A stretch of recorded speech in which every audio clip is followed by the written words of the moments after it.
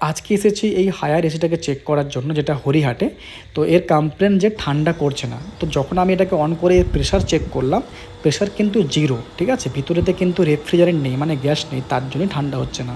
আমি বাইরে থেকে সব কিছু বন্ধ করে প্রেশার দিয়ে চেক করছি, আউটডোরে লিকেজ পাইনি। তো তার জন্য চলে এসেছে কিন্তু ইনডোরেতে। যখন আমি ইনডোরেতে খুলে আমি চেক করছি, দেখে আমি অবাক যে ইনডোরে কিন্তু ডিস্ট্রিবিউটর থেকে যেখানে কুলিং কয়েলে ইনলেট হচ্ছে পাইপ, কপার পাইপ, জয়েন্টে কিন্তু লিকেজ হয়ে গেছে। তো যেটা কখনো আশা করিনি, অনেকক্ষণ ধরে খুঁজছিলাম আউটডোর ইউনিটে। যাই হোক, এখন ব্রেজিং করার পরে আমি আবার প্রেশার দিয়ে চেক করছি এখন যে ব্রেজিং ঠিকঠাক হয়েছে কিনা বা লিকেজ আর হচ্ছে কিনা।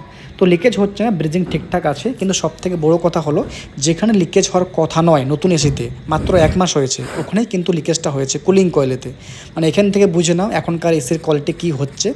তো যাই হোক, এখন তো ব্রেজিং করা কমপ্লিট হয়ে গেছে, এখন আর লিক নেই। এখন চলছে আমাদের ইউনিট ভ্যাকুয়াম। ভ্যাকুয়ামের পরে কিন্তু আমরা স্ট্যান্ডিং প্রেশার দিয়ে আমরা কিন্তু সেটাকে অন করব। তো এখন সব কিছুই আমাদের কমপ্লিট, স্ট্যান্ডিং প্রেশার দেওয়া হয়ে গেছে, এসিকে অন করে দিয়েছি। এখন আমি রানিং প্রেশার রেখেছি 150-এর কাছাকাছি পিএসআইজি, ঠিক আছে। আর এখন ইউনিট আমাদের 7 পয়েন্ট সামথিং অ্যাম্পের নিচ্ছে।